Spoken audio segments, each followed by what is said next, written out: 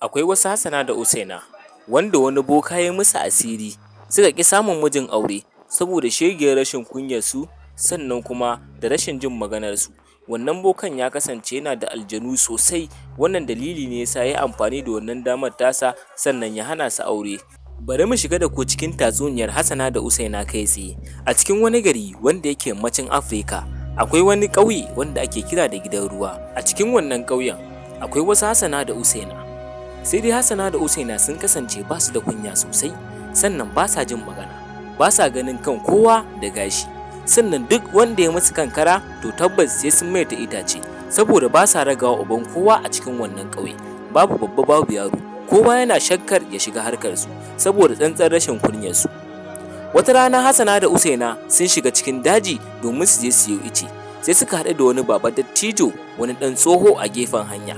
Sai wannan baba dattijon ya ce, yara idan har ba za ku damu ba, ina so da ku anshi wannan randar da take kaina, dan Allah ku ɗan ɗebo min ruwa a cikin wancan rafin, saboda ba zan iya shiga ba, na yi tsufa da yawa. Wannan baba dattijon fa shine bokan nan da ya musu wannan asirin, har suka gane cewa tabbas mutunta mutane yana da daraja a cikin rayuwa. Suka mai rashin kunya tas, sannan suka ce ba za su je su ɗebo ba tunda ba shi ya haife su ba, har akan me zai aike su ɗebo ruwa. Suka ƙara gaba suka rabu da shi. Wannan mutumin ya ji ba daɗi sosai, amma ya ce ƙuruciya ce, saboda haka zai sake gwada su. Sannan ya shigo cikin gari tare da shiga mai kyau, ɗauke da randa a kansa. Cikin wannan randar babu komai sai nono, wato nonon saniya. Hassana da Usaina suna cikin tafiya suna hira suna raha, kawai suka bangaje wannan mutumin. Boka ne fa, amma ba su san boka ne ba. Wannan randar da ke kansa ta faɗi ta fashe, nonon nan ya zube. Ya jiyo yana musu magana, amma suka hauce da rashin kunya tare da faɗa, tamkar su suka haife sa. Ya ji babu daɗi sosai a cikin ransa, amma haka ya basar, sannan ya musu magana cikin lamana kan cewa, haba yara, bai kamata a ce ku zo ku bangaje ni kuna cikin tafiya, kuna harkokin rayuwarku na jin daɗi, sannan kuma ba za ku bani haƙuri ba, bayan kun san cewa ku ne ba ku da gaskiya. Tuni Hassana ta yo kansa, kai malam, ya za ka zo ka shiga cikin rayuwarmu, kai awa da za mu baka haƙuri, to wallahi baka isa ba. Haka zalika Usaina ma ta to, kaga dattijo, idan za ka tattara wa'annan fasassun randunan naka ka ƙara gaba ka tattara su, amma mu baka isa mu baka haƙuri ba, domin baka san suwaye mu ba, dan da ka san tarihin mu ba za ka tsaya kana sa'insa da mu ba. Wannan tsohon ya ce, yara kenan, ba ku san wuta ba sai kun taka, dan da kun san wane ne ni, ba za ku tsaya kuna sa'insa da ni haka ba.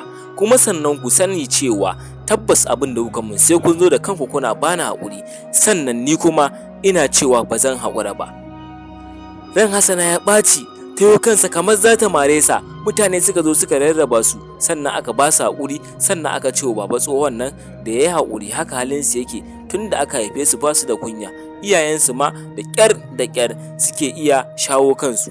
Ya ce to tabbas sun taɓo tsuliyar dodo, tunda har ba su da kunya za su san cewa sun taɓo tsuliyar dodo. Wannan tsohon ya koma cikin daji, ya je ya ɗauko tsofaffin kayan aikinsa, ya ci gaba daga inda ya tsaya. Haka ya ringa yi musu asiri, ya turo musu manya-manyan aljanu suka addabi rayuwarsu. Daga ƙarshe aure ma ya gagare su. Lokacin da za su yi aure ya yi, sai dai amma babu mazan, duk sa'annansu sun yi aure, har da ƙannansu na 'yan baya.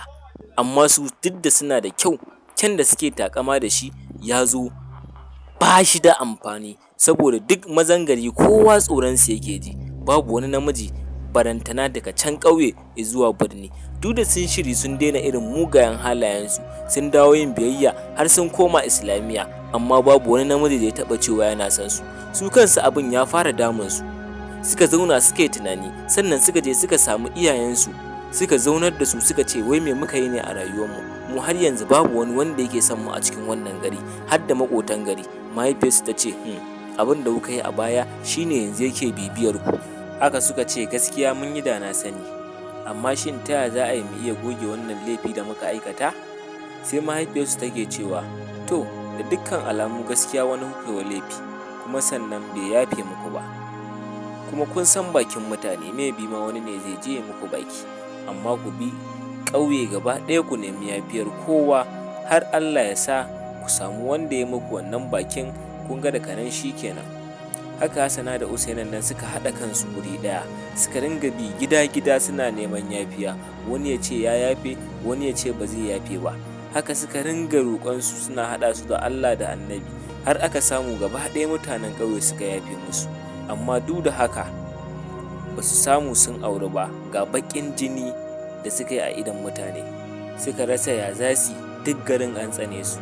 Sai Usaina ta kawo wata shawara kan cewa akwai wani tsoho da suka taɓa haɗuwa da shi a cikin jeji, wanda ya ce su ɗan ɗebo mai ruwa, da so samu ne su koma su ladabi wannan tsohon, ko Allah zai sa su gansa shi ma su ba shi haƙuri.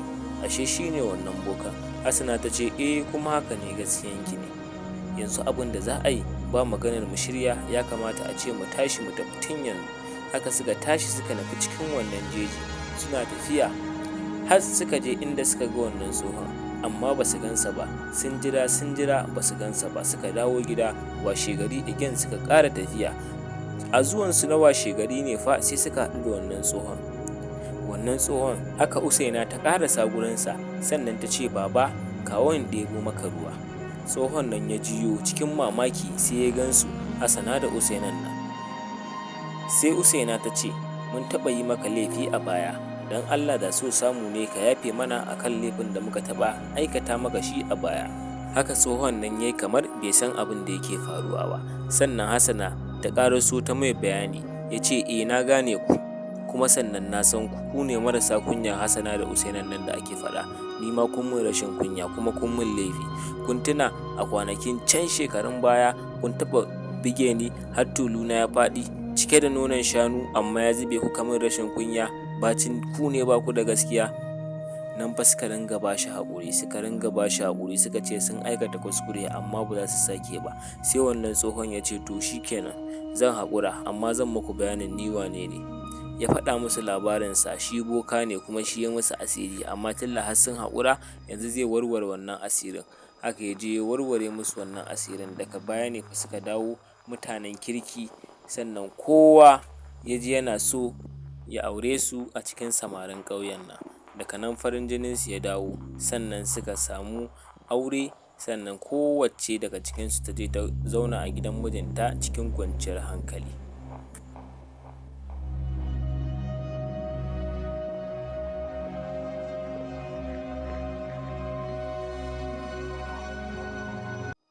Wannan ita ce akuyar da ta haifi 'ya'yan mutane, wanda hakan ya jijjiga gaba ɗaya wannan ƙauye.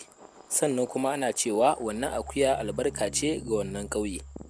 Kada dai ka manta, idan wannan shine farkon ziyartar ka wannan tasha ta mai albarka, ba tare da ɓata lokaci ba, muna so ka danna mana subscribe, sannan ka taɓa mana alama ta ƙararrawa, ta yadda za mu ringa sanar da kai daɗaɗɗen tatsuniyoyinmu da zarar mun ɗaura. Ga ta nan ku.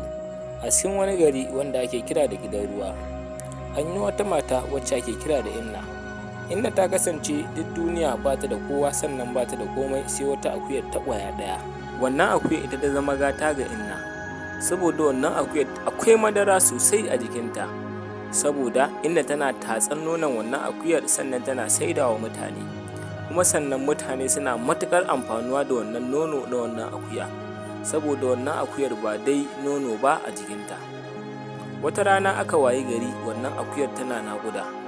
Mutanen gari suka taru sosai, sannan suna jira su ga me wannan akuyar za ta haifa, saboda ta daɗe tana yin naƙuda. Abun mamakin da zai faru shine sai aka ga akuyar nan ta haifo 'yan biyu, sannan 'ya'yan mutane ne ba wai 'ya'yan dabbobi ba. Mutanen gari kowa ya rikice, wasu suna dariya, wasu suna ganin abun mamaki. Sannan aka ɗauki wannan magana aka je aka danganta ta ga sarki. Sarki ya sa a kirawo Inna. Sannan aka kirawo Inna, sannan sarki ya ce, Inna ki bamu labari, garin ya haka ta faru. Sannan buɗar bakin Inna ta ce, ranka shi daɗe, ni kaina ban san komai game da wannan abin da ya faru ba. Ni ma kawai gani ne akuyar nan tana naƙuda, sannan ta daɗe tana naƙuda. Mutanen ƙauye suka zo suka taru suna jira su ga me za ta haifa. Abun mamakin shine kawai sai aka ga ta haifi 'yan biyu, sannan tagwaye kuma 'ya'yan mutane ba wai dabbobi ba. Kowa mutanen ƙauye abin ya ba su mamaki. In ji Inna kenan tana faɗa wa sarki. Sarki ya tafi tunani, sannan ya ce to tunda har haka ta faru, gaskiya abin da ya kamata a yi shine wa'annan 'ya'yan ya kamata a kashe su, sannan a je a binne su, saboda kar su girma su tambayi waye babansu, kuma sannan wace uwarsu, a nuna musu akuya.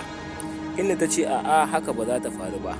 Sai Inna ta ce wa sarki gaskiya ya kamata a bata 'ya'yan nan ta rage, ita za ta rene su, kuma sannan za su zama samkar 'ya'yanta. Dama gashi kuma bata taɓa haihuwa ba. Sarki ya ga wannan shawara ce mai kyau, sannan ya ƙara da ce mata, inna ba wai muna so mu hana ki riƙe wayannan 'ya'yan da akuyan nan ta haifa ba. Shin idan suka girma suka tambayi wane ne ubansu, yaya za ki ce? Sai inna ta ce za ta ce babansu ya rasu tun suna ƙanana, sannan kuma ita ce ta haife su, ita take kula da su. Daga nan aka yi wannan sirrin a gaban sarki, sannan aka rufe. Duk mutanen gari kowa ya sani, babu wani wanda bai san menene ya faru ba. Bacin yaran nan sun girma sun fara wayo, sun zama albarka ga wannan gari. Saboda haihuwarsu a cikin wannan gari ya ƙara albarka. Su kansu mutanen gari sun fuskanci cewa zuwan wayannan yaran wannan gari ya kawo ci gaba sosai, saboda amfanin gona ya ƙaru, sannan kuma ruwan sama yakan saukan musu akai-akai, har ba su da wani lokaci na damuna barantana rani, ko da yaushe ana yi musu ruwan sama. Sarki ya ji daɗin zuwan wayannan yara cikin wannan gari. Bacin wayannan yara sun fara wayo, sun fara girma, sarki ya sa a kira su saboda su shigo cikin fada. Sannan suka shigo cikin fadar sarki, sarki ya sa a ba su aiki. Sarki suka zama kamar 'ya'yansa, kullum suna cikin gidan sarki. Haka suke yin komai a cikin gidan sarki har suka girma tamkar 'ya'yan sarauta. Rayuwarsu kullum ƙara ci gaba suke, suna girma suna ƙara zama baligai, kuma sannan suna da aiki. Haka suka ringa taimakawa iya, kullum suna tallafawa inna, wacce ita ce ta riƙe su, ba wai mahaifiyarsu ba ce ba. Wata rana sai ɗaya daga cikinsu, wato babban, ya ga wata kyakkyawar yarinya, sannan ya ga yana santa kuma ba zai iya rayuwa babu ita ba. Sannan shi ma ɗayan ya haɗu da wata wacce ake kira da Nafisat, ita ma tana da mugun kyau sosai. Kowanne ya samu wacce yake so, sannan kuma ya ji yana so ya aure ta. Bacin an zo neman auren wa'annan 'ya'yan, wato matan, kowa ya san abin da ke faruwa a cikin wannan ƙauye, saboda ba su da iyaye. Wata akuya ce ta haife su. Sannan an yi yunƙurin hana su auren wa'annan matan, amma sarki saboda ya san su wane ne su, sannan da albarkar da suka kawo da ci gaban da suka kawo a cikin wannan ƙauye, saboda tun da aka haife su wannan ƙauye yake hayayyafa, yake ci gaba ta ko'ina. Sarki ya ce gaskiya ba zai yi a hana su ba, ya kamata a ce a ba su dama su gwada sa'arsu. Sannan aka ce to shikenan. Daga nan suka yi auren su, suka yi rayuwarsu cikin farin ciki tare da wannan koyayyen sirrin. Haka suke ta rayuwa, kullum